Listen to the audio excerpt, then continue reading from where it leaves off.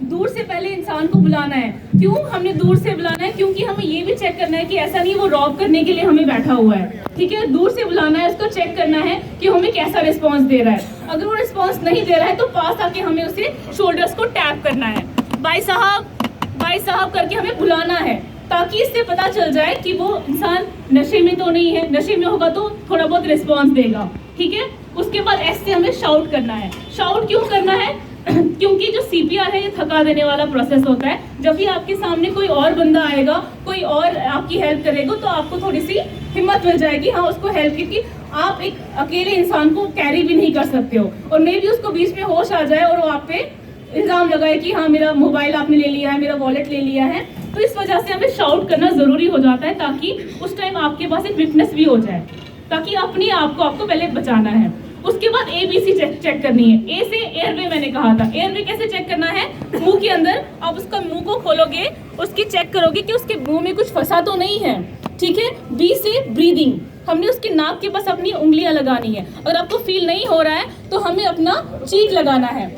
हमने इस तरह से चीक लगाएंगे और हमारी जो आंखें होंगी वो हमारी विक्टिम की चेस्ट पे होंगी। क्यों हमारी चेस्ट पे होगी? क्योंकि अगर वो बंदा सांस ले रहा होगा तो उसकी चेस्ट भी थोड़ी बहुत हिलेगी। ठीक है, ये मेक श्योर करना है आपको कि वो बंदा सांस ले रहा है कि नहीं ले रहा है। उसके बाद C से सर्कुलेशन हम यहाँ पे चेक करेंगे।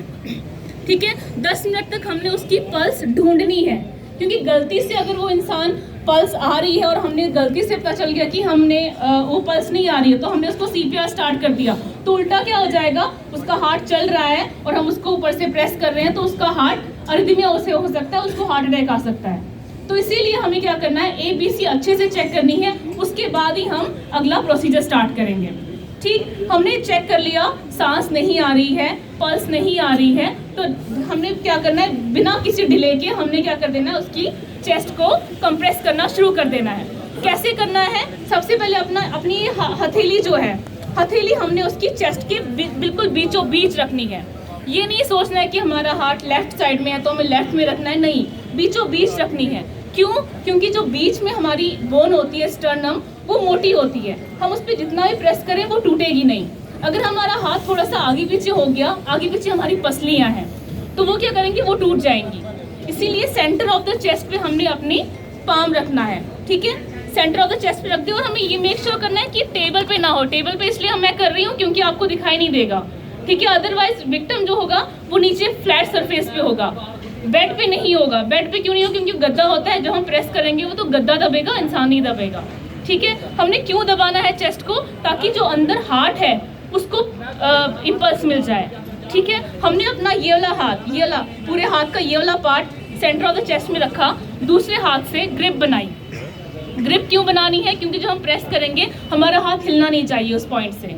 दूसरी चीज़ आपको याद रखनी है, जो हमारी एसेसरीज होंगी, चाहे कड़ा होगा, चाहे रिंग होगी, कुछ भी होगा, वो बाहर निकाल देनी है।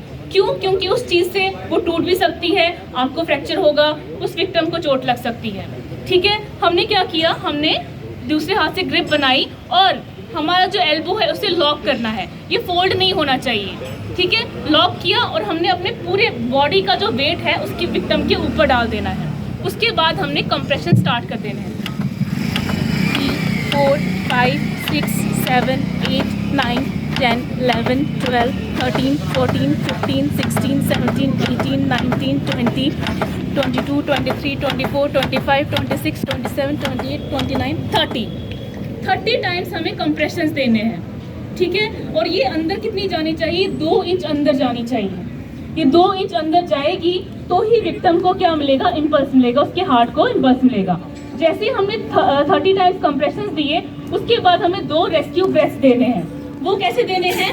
मुंह से मुंह सांस लेनी है उसे, लेकिन उसके लिए भी हमें 3 चीजें इंपॉर्टेंट है, याद रखनी है। पहले उसकी गर्दन, उसको थोड़ा सा एक्सटेंड करना है। क्यों? क्योंकि जो हमारी ये गले में जो सांस की नली होती है वो थोड़ी एल शेप में होती है। जैसे ही हमने उसको एक्सटेंड किया, वो बिल्कुल सीधी, जैसे पाइप होती है ना, अगर वो थोड़ी टेढ़ी हो जाए तो उसमें से पानी कम निकलता है ना। जो हम उसको बिल्कुल स्ट्रेट करेंगे तो पानी अच्छे से बहेगा, वैसे ही हमने उसको एक्सटेंड किया। दूसरी चीज़, हमने चिन को लिफ्ट किया। चिन को लिफ्ट क्यों करना है? क्योंकि जो हमारी टंग होती है वो कभी कभार पीछे की तरफ चल जाके हमारी उसको ब्लॉक कर देती है, तो वो ब्लॉक ना हो, हमें क्या करना है, चिन को लिफ्ट करना है।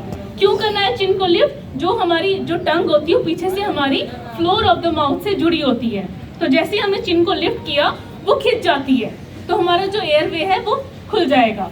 तीसरी चीज, हमें नाक बंद करनी है, क्योंकि अगर आप मुंह से सांस दोगे तो नाक से बाहर आ जाएगी। ठीक है, तो हमें क्या करना है, 3 चीजें इंपॉर्टेंट है, ये काम करेंगे। उसके बाद चिन को लिफ्ट, नाक को बंद, फिर सबसे पहले अपने अंदर सांस भरनी है, भरी उसके बाद 1 सेकंड में डिलीवर करना है।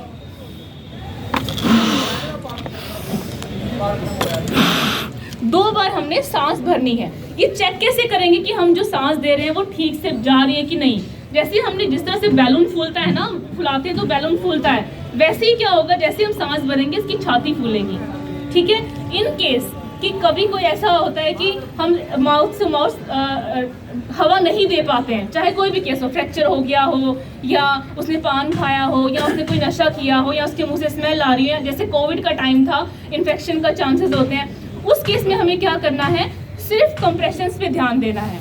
हमें सिर्फ कंप्रेशंस देने, और 30 टाइम्स नहीं देने हैं, हमें देने हैं 1 से 2 मिनट तक कॉन्टिन्यूसली हमें कंप्रेशंस देने हैं उस टाइम पे। जो नॉर्मल केस में क्या होगा, 30 कंप्रेशंस होंगे और 2 रेस्क्यू ब्रेथ्स होंगे। ठीक है, 2 रेस्क्यू ब्रेथ्स के बाद वापस हम क्या करेंगे, 30 कंप्रेशंस देंगे। ये कितनी बार चलेगा, 5 साइकिल्स हम चलाएंगे। 5 साइकिल्स के बाद हम वापस उसकी सांस और उसकी पल्स चेक करेंगे। अगर उसकी होश आ गया है तो छोड़ देंगे, अगर नहीं आया है तो वापस हम 5 साइकिल्स करते रहेंगे। ये तब तक करेंगे जब तक कोई मेडिकल टीम आपके पास नहीं पहुंचती, जब तक कोई डॉक्टर नहीं पहुंचता, या वो अगर आप ऑलरेडी एम्बुलेंस में हो, वो एम्बुलेंस हॉस्पिटल में नहीं पहुंच जाती है। इससे क्या हो जाएगा, एटलीस्ट हमारे पास एक चांस रहेगा कि वो बंदा बच जाए। अब लोग कहेंगे कि CPR से कितने ही लोग बचते हैं, कहते हैं ना, अक्सर कहते हैं कि हम देंगे तो नहीं बचेंगे, लेकिन अगर आप उसे नहीं दोगे तो वो 100% पता है कि वो मर जाएगा।